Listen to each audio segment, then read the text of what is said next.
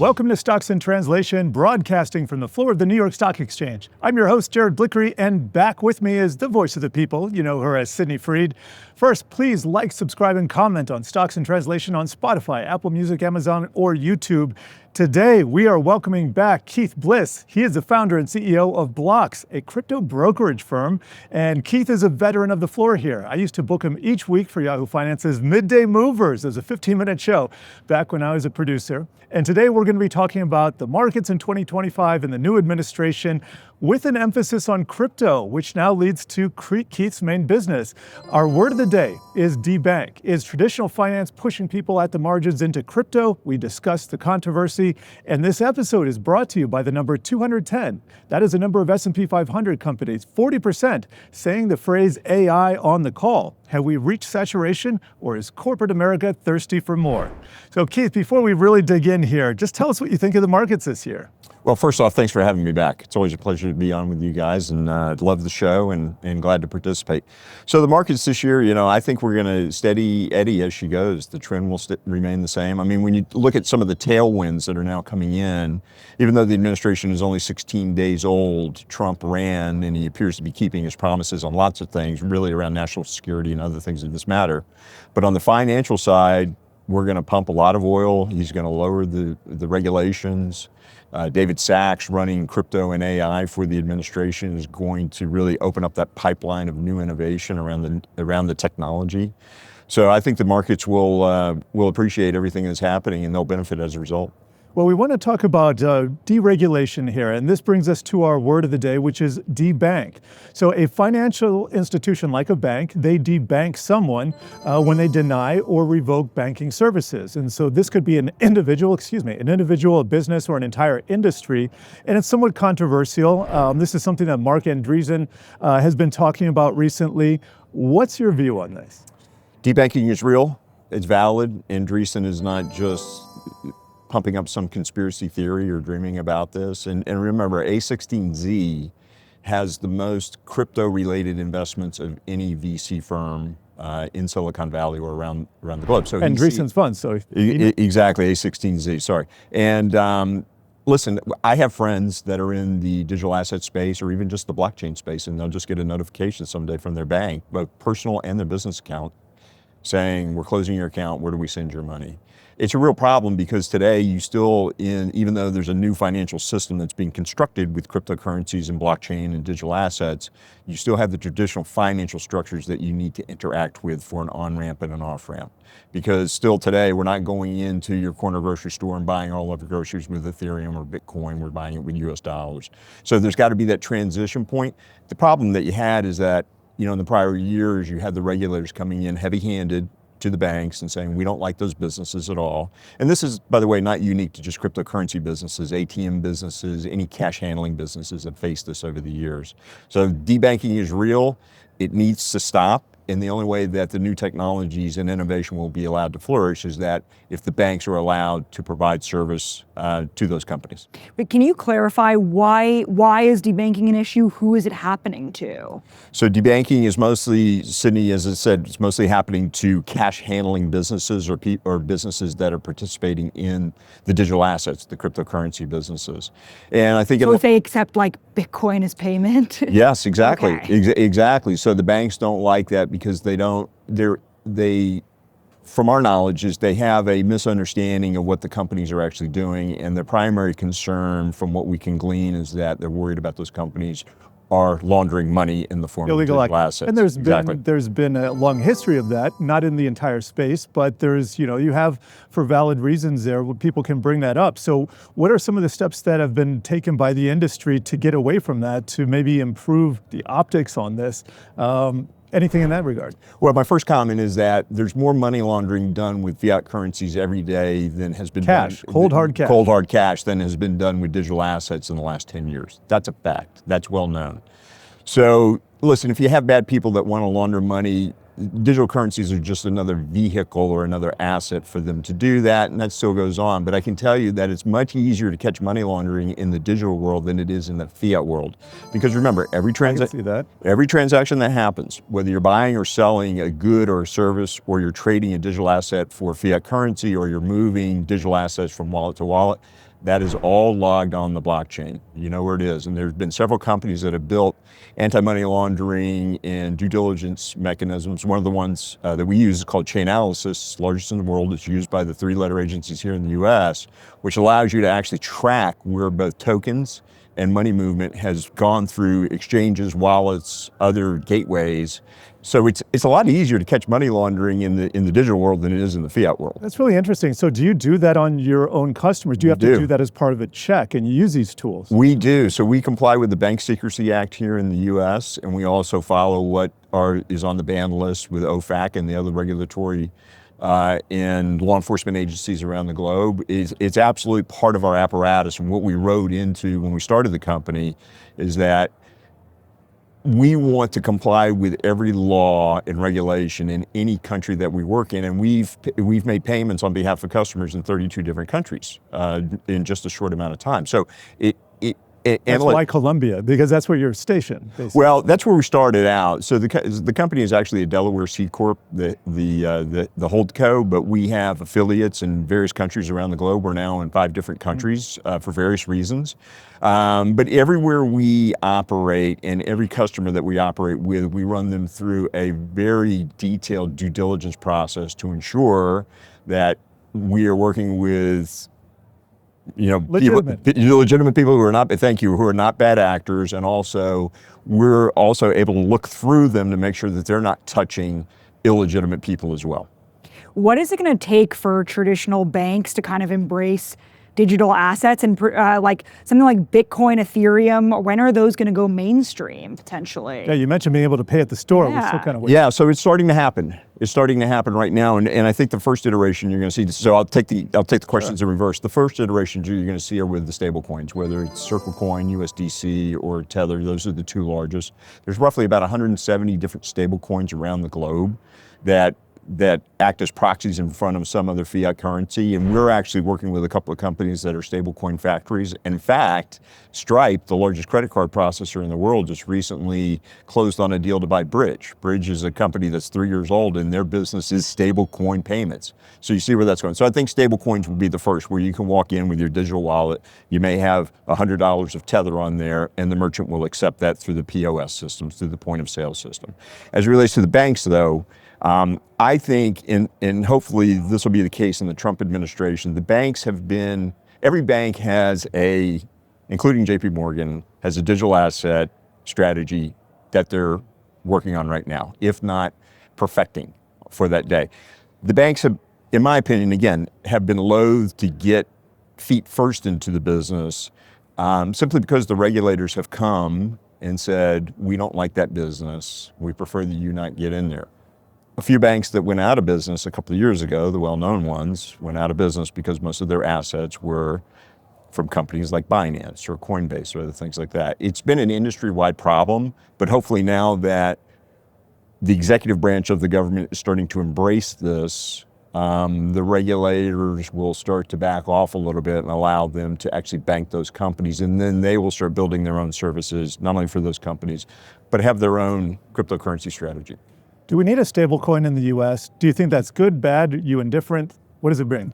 I don't like the US government or any government having their own sovereign stable coin. And here's why. What we talked about before, how you can track money laundering with these. They already know where we are most of the time. You know, you swipe a credit card, you walk around with your phone unless you've turned off the location. They know where I service. am, yes. They know where we all are. However, if you have what's known as a central bank digital currency, a CBDC, then if you use that with your digital wallet, you will then be tracked everywhere in the globe.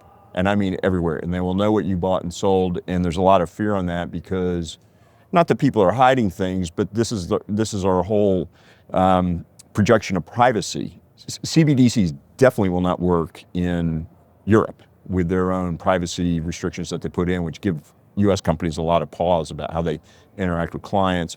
And in fact, David Sachs, and I think Scott Bessent as well, the new Treasury Secretary, have said that the US will not have a CBDC. So that calmed the market a little bit. But the stable coins, as long as you're comfortable that Tether and Circle have the proper collateral underneath them, and the other stablecoins that are created that have the proper collateral underneath them, then they're perfectly fine to be used as a proxy. And I can tell you, it's a lot easier for both retail customers as well as small and medium enterprises, businesses to use stablecoins and digital currencies to actually make commerce easy for them. So that's what we say about our business. We make global commerce easy. We make it easy.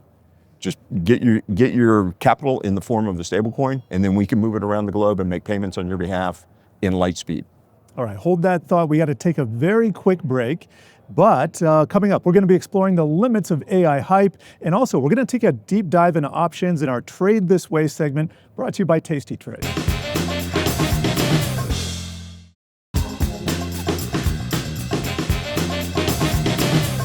This episode is brought to you by the number 210. That's the number of S&P 500 companies that mentioned AI on their earnings calls, and that's 40%, a number that comes from FactSet just a few quarters ago. So 40% of companies are mentioning AI. Should it be higher? Should it be lower? Is this the right amount? I guess where I want to go, Keith, is where are we on the hype cycle exactly?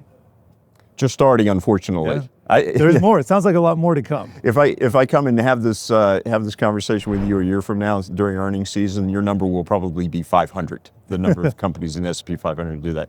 Listen, it's the newer technology. A lot of people shouldn't be nervous about it because we're getting our arms around it. And when you think about it, we've had artificial intelligence services in a lot of our technology for a long, long time.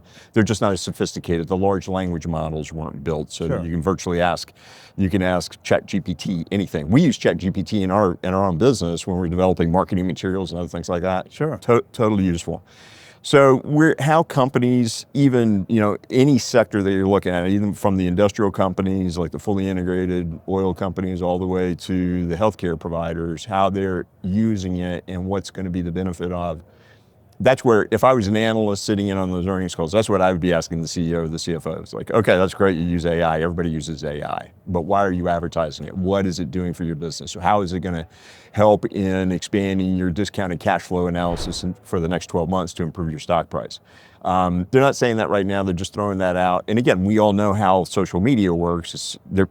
All the bots out there picking up those words. Sure. So you get clicks through X or Instagram or LinkedIn or whatever the case may be because they said artificial intelligence in a well, we're talking about it right now. Everyone goes crazy. Yeah. So do you think that NVIDIA and other US AI companies are going to remain dominant even if we start to see more competition internationally? Any innovation will breed competition at some point, and sure there will be. I subscribe to the viewpoint. I don't necessarily think that DeepSeek and what they said they spent on their large language model is accurate when you hear companies like ChatGPT, OpenAI, and Anthropic talk about it takes them $100 million in several months to teach a large language model. I think, like anything we see in the markets, there's always an overreaction on the news at the moment. That certainly happened to NVIDIA when DeepSeek suddenly hit the market. I don't think NVIDIA is going to lose their position. Sure, people will nibble around the edges, but it'll be fine. We want to stick on this subject. This is a perfect segue to today's Who Wore It Better because we are matching up US and Chinese AI. So on the runway, we have OpenAI, Anthropic, and Google DeepMind, the reigning champs of US AI, backed by billions, setting the pace for innovation. On the other hand, we have China and DeepSeek, a rising challenger that recently dropped its R1 model, comparable in power, but just a fraction of the cost. So will DeepSeek's open source, efficiency-first approach undercut US firms who might be weighed down by sky-high computing costs and regulatory hurdles? Or will deep pockets and continued ingenuity beat DeepSeek and win the day for the US? And let's not forget this market reaction that we're talking about. NVIDIA was down 17%, which is a big amount for a multi-trillion-dollar stock. But I guess the question is, was that just temporary? Yeah, I think it was, an overreaction. Again, I'm seeing it for years and years and years down here on the stock market. When an announcement is made that's negative, it overreacts more so than it would to the upside for a stock. Listen, I think the computing power and the infrastructure in the United States will continue to scale out. You see companies like Google and Meta and AWS and Microsoft talk about how they're increasing their CapEx spend somewhere in an order of magnitude of $15 to $20 billion over what they first estimated 6 months ago. So there's going to be more data center space. I have friends down in Texas in the oil patch. That's a perfect place to put a data center because you can power it with the hydrocarbons you pull out of the ground, but you don't have to worry about, it ruining a neighborhood. There's going to be more of that, and the U.S. companies will continue to thrive. The other thing that I think the U.S. companies have an advantage of is that our regulatory and business structure allows for openness to see what's going on in there. And eventually, and you also have the last aspect is, like we've started to see, certainly in this administration, is they'll just start outlawing Chinese tech coming in, right? And if a tech source or a tech company can't sell in the U.S. market, they have a real tough time scaling. Keith, 30 seconds here. Jared told me your first name is actually Russell. It is Russell. So we're going to be fun and ask you what you think of small caps right now. 30 very seconds. good. It's a good segue. Yeah. I've always loved small caps. Small caps drive the market. Sometimes they lag. But one where you can see the health of the U.S. economy is the Russell 2000 because most of that index still remains financial companies, smaller companies. So if they're performing well, the U.S. economy is going to be performing well. All right, we actually have 2 minutes left, Keith. We left some time for you because we are on the floor. We are by the floor of the New York Stock Exchange. We know you've got some great stories. Go, please. So the 10 years I worked down here, one of the great things about working down here is all the celebrities and well-known people that would come down here. And one of our favorite guests to come down here for a variety of reasons, he's a business guy, but also a sports celebrity, was Shaquille O'Neal. And if you've never met Shaquille O'Neal, I encourage everybody to do it. Can't say I have. He was in our office one time, in our studio. One of the largest human beings you'll ever see. My hand disappeared inside of his when I shook it. But anyway, we also have another famous person who's worked down on for roughly 40 years. Most photographed man on Wall Street, his name is Peter Tuchman. Yes. He's known as the Einstein of Wall Street. You guys know him. That's his handle, yes. That's right. So Peter is not a large man himself. So when Shaq comes down here, he likes to find Peter. He actually seeks him out, and then he'll grab him and start tossing him around. It's almost like a little people tossing tournament. So always that is wild. Yeah, it's always love. And I think Peter got hurt a couple of times actually. So which we all laughed about, of course, because it's Tuchman. We saw him downstairs. He seems to be in good health, so we always root for him there. We're wrapping up. We have like a little less than a minute, but I want to know maybe like one of your greatest lessons from working in this building. Sure. So the greatest lesson is you have to collaborate with people, right? When you come to this floor, especially when there's over 1,000 people on it, is its own society, its own culture, and Wall Street traders by nature are skeptical, if not cynical. So you have to learn how to collaborate with people, find out what people want to do, what their likes are, how you help them perform, how you can help them. You must learn that when you come into this jungle, and that's one of the great lessons for life and business. It sounds like a great lesson for life in New York in general, or life as a human on this planet. And now, as part of our Trade This Way segment, sponsored by Tasty Trade, joining us is Jessica Inskip, who is the Director of Investor Research at stockbrokers.com. And Jess, we're going to start off this segment really basic. I'm going to break down stock options, and then you just give me your reaction. So a stock option is a financial contract that grants the buyer the right, but not the obligation, to buy or sell a stock at a predetermined price within a specified time frame. How do you look at this? Yeah, so an option is a contract between a buyer and a seller. The buyer is paying a premium for the rights to execute upon that contract. The seller receives that premium. So think of it, if it sounds jargony, it is because it is a legal contract between a buyer and a seller in its simplest terms. Whenever I have a contract, we ask a couple questions. Yeah, let's get to some of these questions because we can break this down into a number of different parts. Let's start with how much we're buying and exactly what we're buying, like what the underlying ticker or security is.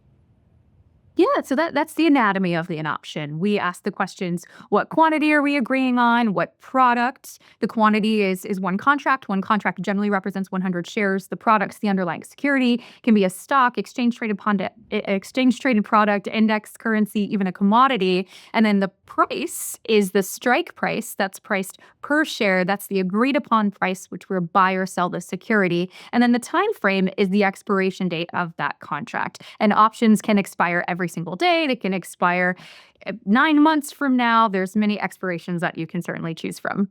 In our example here, let me just do a little segue. We have an expiration date of March 21st, 39 days till expiration. That's what that DTE is standing for. Now, when we talk about what can be done with these options, we can exercise them, they can go expired.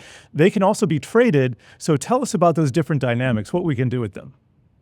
Yeah, absolutely. So the contract's issued as a call or a put.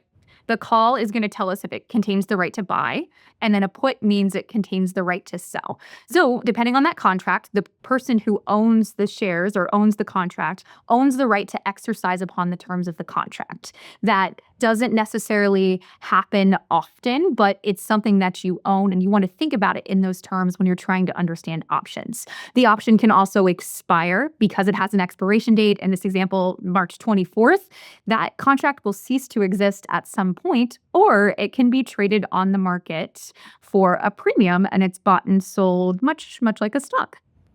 All right. Now, one of the things that was kind of difficult for me to wrap my head around in the early days of options is the concept that I can go either long or short with either a call or a put. So if I want to go long, it's not just buying a call. There are some different options here. Absolutely. Pun completely intended. I love that, Jared. So I have a little trick that I like to utilize for this that will help, especially when we advance to multi-leg options and other strategies, is one, this beautiful chart that you have. Anytime you hear the word long, just like with stock, we think purchased. Short, we think sold. Call, the right to buy. Put, the right to sell. So a long call means I've purchased the right to buy. A short call means I have sold the right to buy. Now, the long call holder, they're the person in the driver's seat. They can execute upon the terms of that contract whenever they would like. Does it always make sense? Not necessarily. However, we want to think about it in those terms, which means in the case of a long call, like in our example, the long call holder could buy 100 shares of ABC at $100 at any time throughout the expiration period. Someone has to sell them those shares. That happens through the assignment process. And that's the obligation that the short option holder, or in this example, the short call holder has. They are obligated to sell that stock at that strike price at any time through the expiration period. And Jessica, with a minute to go here, I asked you to give me an example of a call you might like to buy right now. But you told me that we happen to be in earnings season in the midst of it. Uncertainty is very high, and that might not even be the best strategy for you or for other investors right now. Just walk us through your thinking. Yeah, Jared, I want to hang on to the word that you said, uncertainty. An option, it's priced by more than just the underlying security. Implied volatility and time to expiration goes into that premium. When we have uncertainty, that creates volatility. That creates heightened implied volatility, which means that premium is elevated. If I am purchasing, I don't want to buy an elevated premium. That's actually when I would want to be on the sell side. So it's not an environment conducive to speculating on options, is what we would call it. Jessica Inskip, thank you for stopping by. Thanks.